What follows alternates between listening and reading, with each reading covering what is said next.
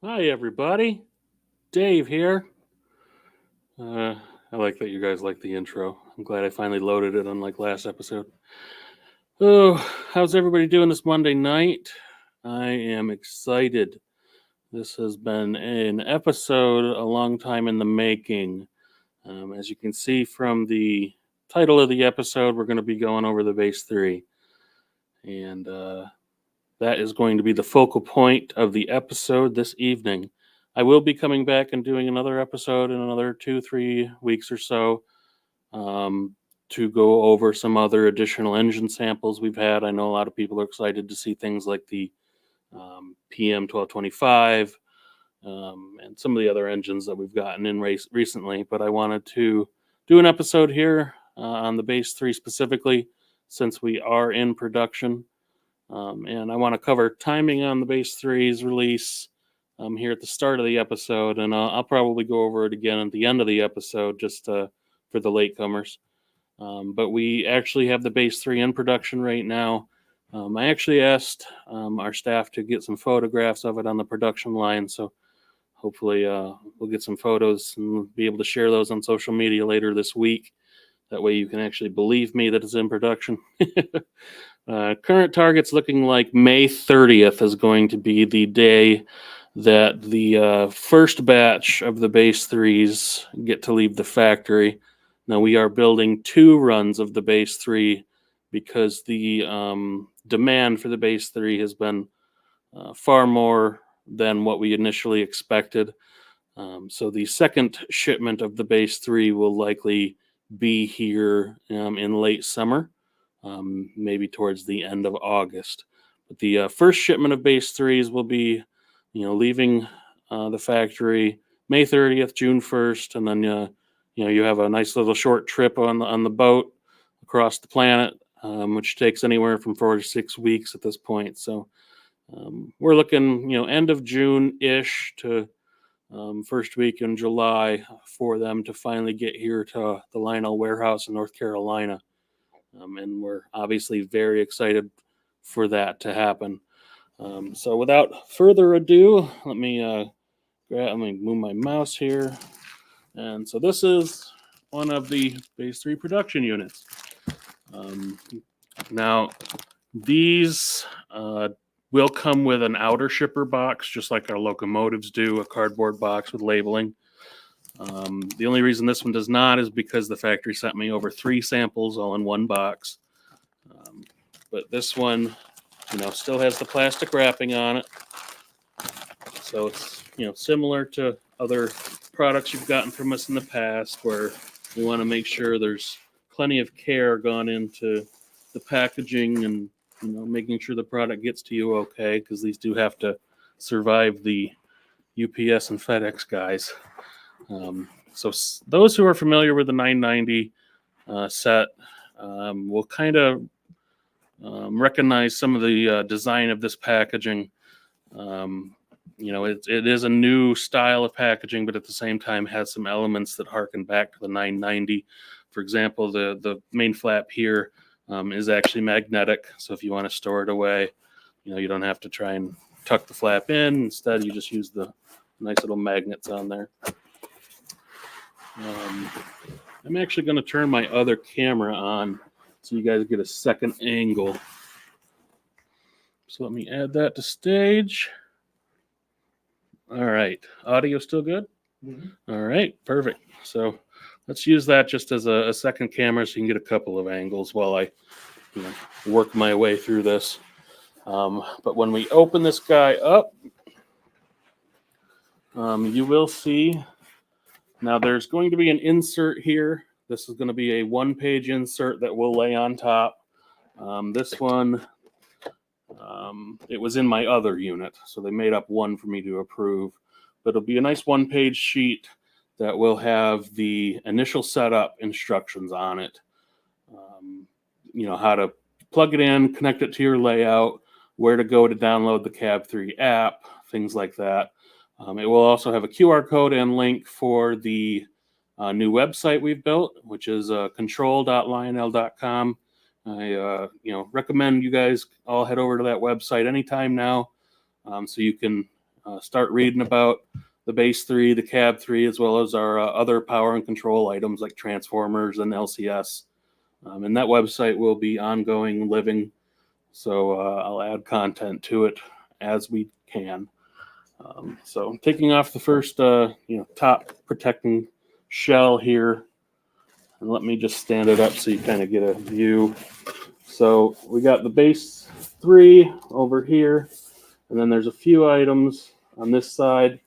There is a rewritable memory module that will help you transfer some of your roster items from your Base2 into your Base3.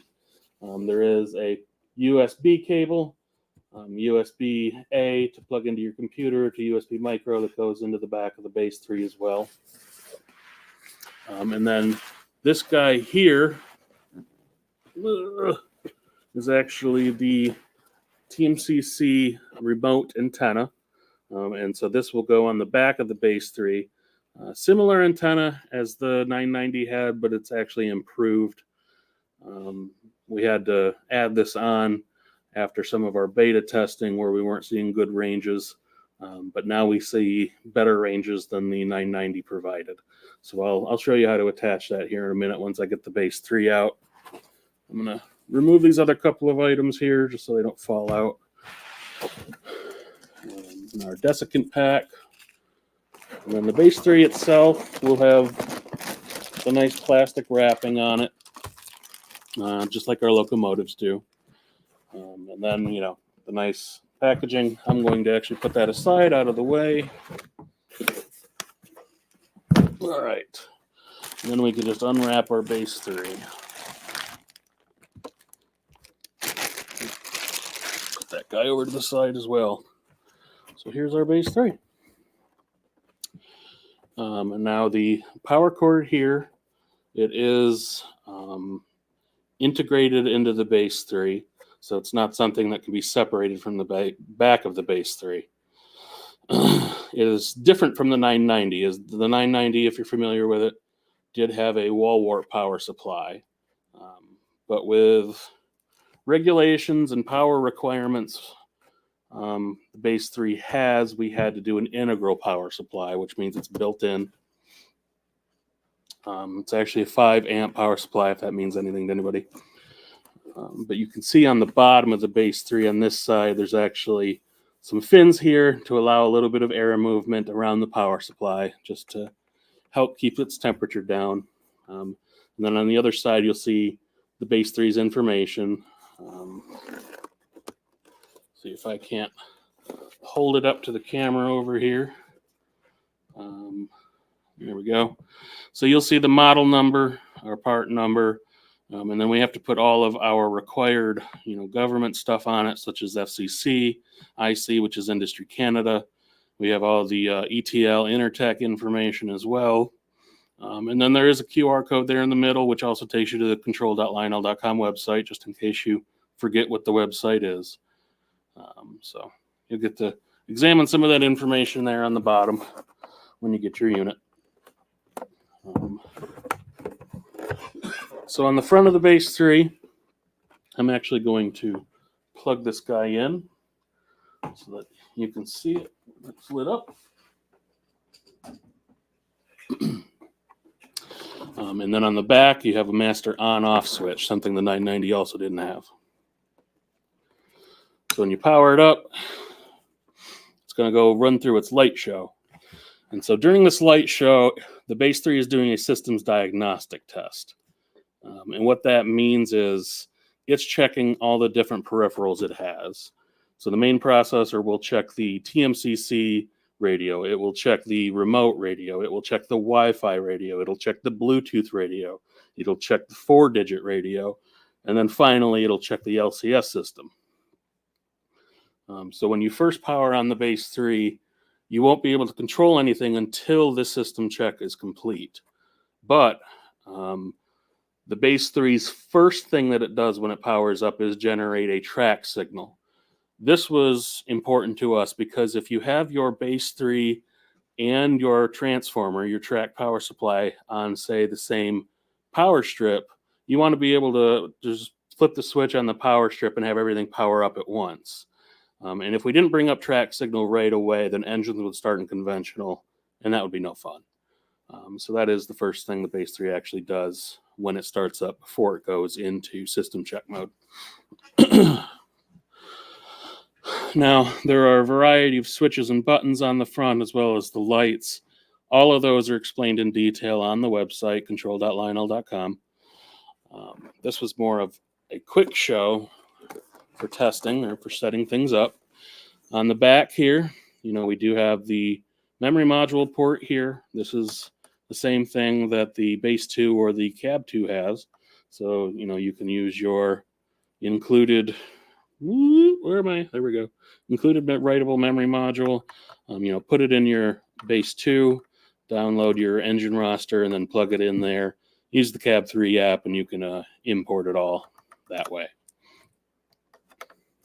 We also have next to that the USB port. That's where you would connect the USB cable that the Base3 comes with if you need to.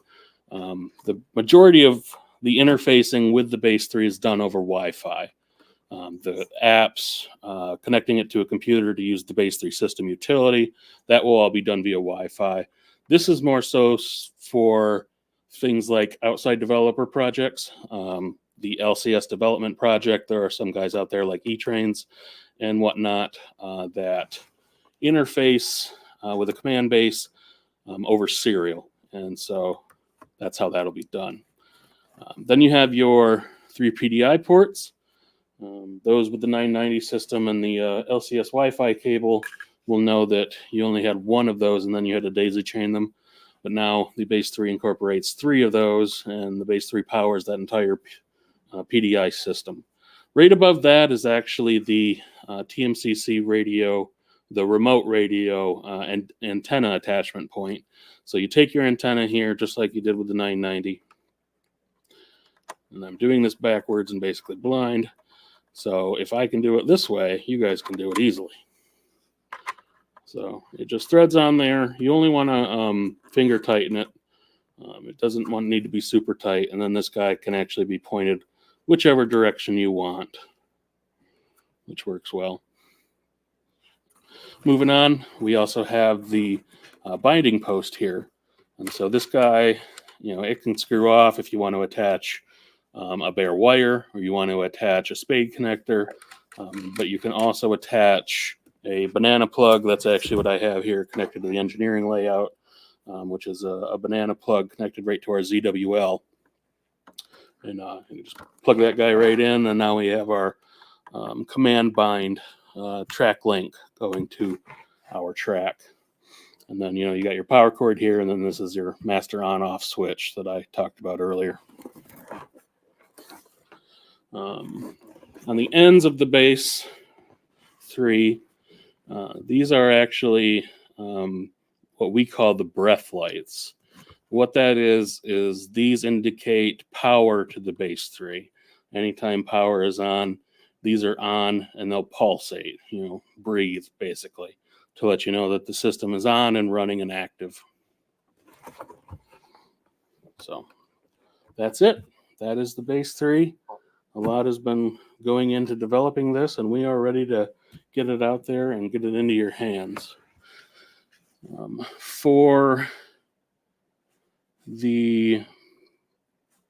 me check the switch position here. So you want to access point, and then I got my run program switches for Bluetooth and RF engines into run, since we're not programming any of those right now. So access point on the Wi-Fi, that is when you want to do a one-to-one connection or basically have the Base3 generate its own Wi-Fi network. There's also options to add the Base3 to your existing network, say your home Wi-Fi network. A lot of the times here in the office, I'll use a TP-Link router.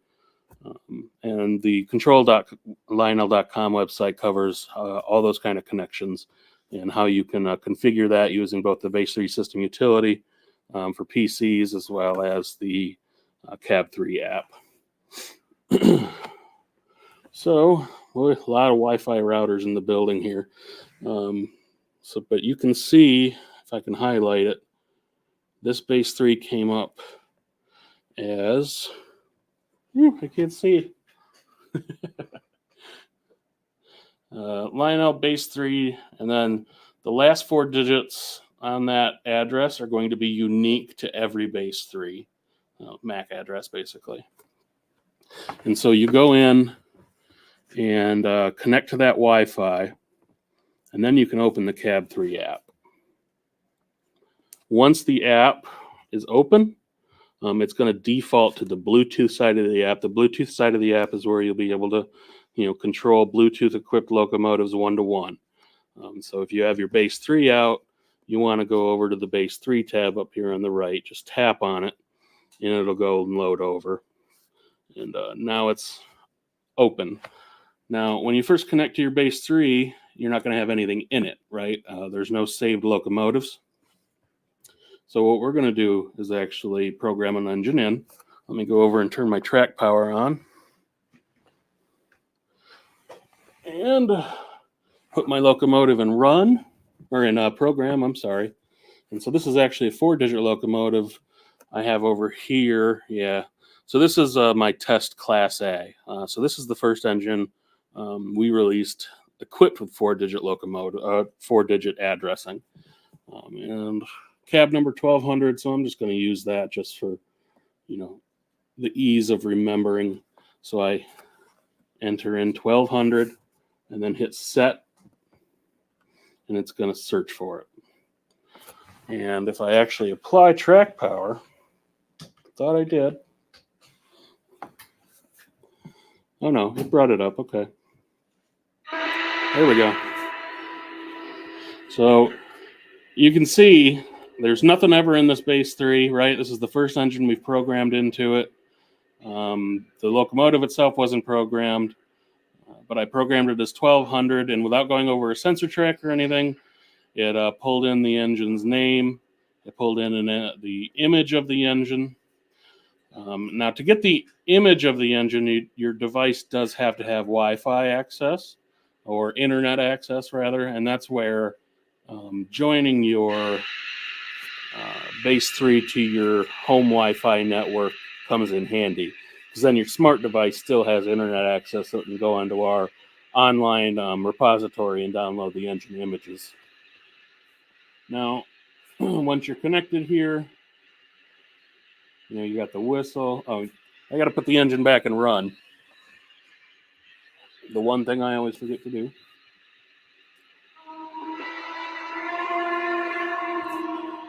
Hold that a little closer. And when you're quilling the whistle, you can actually see the arrows on the app. They indicate the quill level.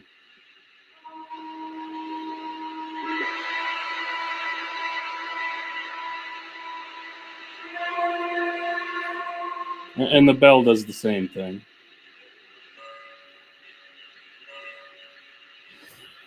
Pretty neat. Let me turn the volume down on this guy here. And so the app's pretty easy to use. That's just the basics of running an engine. Even though it's a 4-digit locomotive, it's a similar process running, a TMCC or a legacy locomotive. And then the instructions are a little different when you go to operate a Lion Chief engine. If you're doing a Lion Chief Bluetooth engine, or even the older Lion Chief RF locomotives, there are run program switches on the front of the Base3. And the control.lionel.com website does cover all that information on the process of how to do that.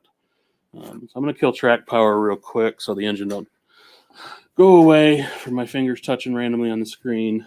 But when you're here in the app, what you can do, so the app is laid out so you can swipe left, right, up, and down. And if we swipe down, I can't do this sideways.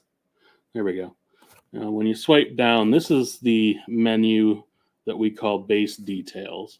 And so on Base Details is where you go to change all of your Wi-Fi configuration settings for interacting with the Base3. You can change the base name. You can change the route throw rate. There's just so many other things on here that you can change. Some of these things are similar to the Cab2. So if you have boost and brake, you can either turn on or off, hold for boost, hold for brake, like the Cab2 had as well. There's also, interfaces for the memory modules, as well as the update for the Cab3 remote. So if we have 1.74 in the Cab3, which is the latest release for the Cab3 firmware, a lot of those changes have been made in the Cab3 firmware for Base3 compatibility. But you can stick a your rewritable module back into the Base3 and use the Cab3 app to write that Cab2 firmware to the module before installing it into the Cab2 and updating that firmware. So speaking of Cab2, I have a couple of them here. If you are someone that still has a Cab2 and loves to use it, I just want to show real quick how easy it is to get it operating with the Base3. Now, this guy is on channel 2 because that's the channel that we use out here on the main engineering layout. So I just go into the CTC program or menu option, change it over to 1 because these come with address 1 by default, right? And so now it's connected. If I blow the whistle, you can see the yellow light flashing. The yellow light is the light for activity for the Cab2 or a Cab1L remote. So speaking of the lights, you saw probably a second ago that the orange light went out. The orange Lionel logo light is the Wi-Fi connection light. So if I go back into the Cab3 app and reconnect, you'll see the orange light come back on. If I send a command by pushing any button, I'm just blowing the whistle, you'll see the green light bar that indicates Wi-Fi activity. So that's a command being sent over the Wi-Fi network, whether it's something being sent to the Base3 or something coming back from the Base3. This is also a 4-digit locomotive, as I explained. So you'll see the red light bar down on the bottom, and the red one indicates 4-digit locomotive. And then above that one is a blue light bar, and that's for our Bluetooth-equipped Lion Chief locomotives. I didn't set one of those up to demo tonight, but that is the light bar that would flash to indicate Bluetooth activity going on. So plenty of different colors on the Base3 to indicate what you're controlling, what you're doing, and it's also a very quick way to make sure that, am I connected? Are my remotes all talking to the Base3 or not? And so that's something very quickly you can check to make sure everything's good to go. So that is my quick rundown, unboxing and setting up a Base3. You saw how quick and easy it was. It was plugging the power into a outlet, connecting the binding post to your track, just like the 990, and then getting up and going, whether you have the Cab2, a Cab1L as well. It'll operate and connect same as the Cab2, or the Cab3 app. More about the Cab3 app. We are targeting a release date of June 1st. I'm hoping it won't slip far past that, but once we get it submitted to Apple and to Google, it's in their domain for checking it and getting it approved. So sometimes they may take a little longer to get it through and approved. So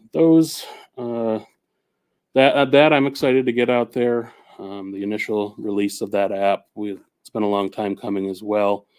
And even though the Base3 won't be here by June 1st, you'll be able to familiarize yourself with the app on the Bluetooth side. So the one-to-one pairing, just like the Lion Chief, you'll be able to kind of get a feel for the app, how you do your swiping left and right, up and down, etc.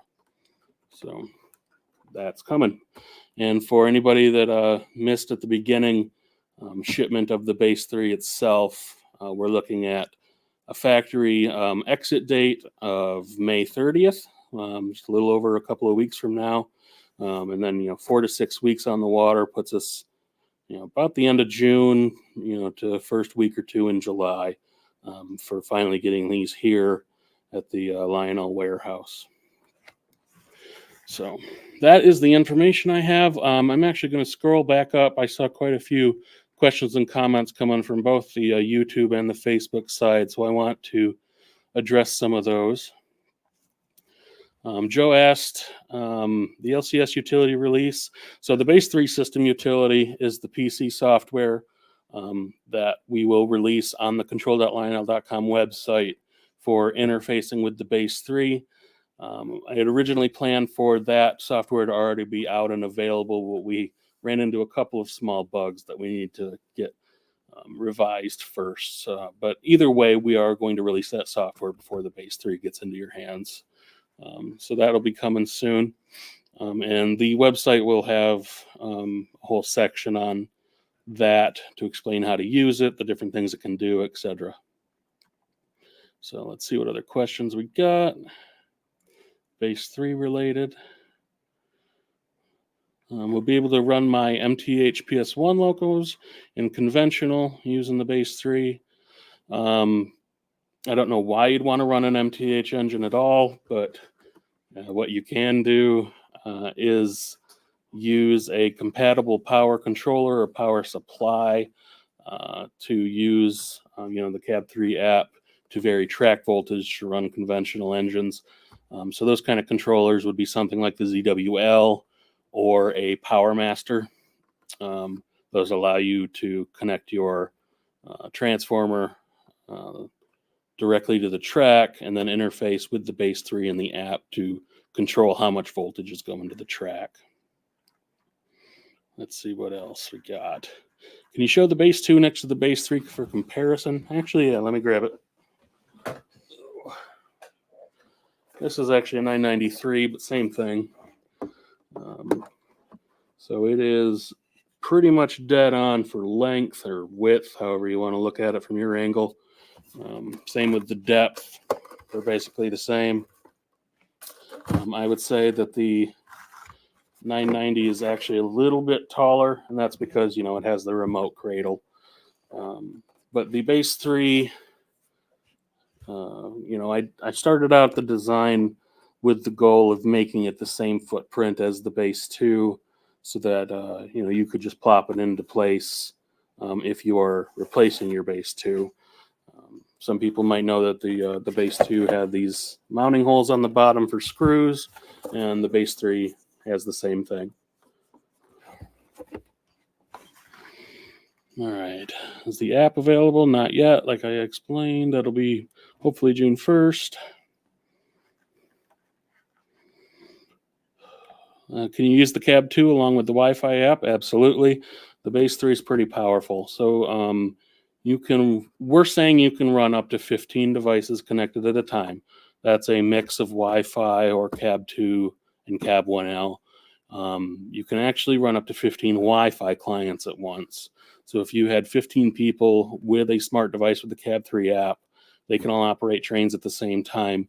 And then you can still have another dozen people with Cab2s or Cab1s.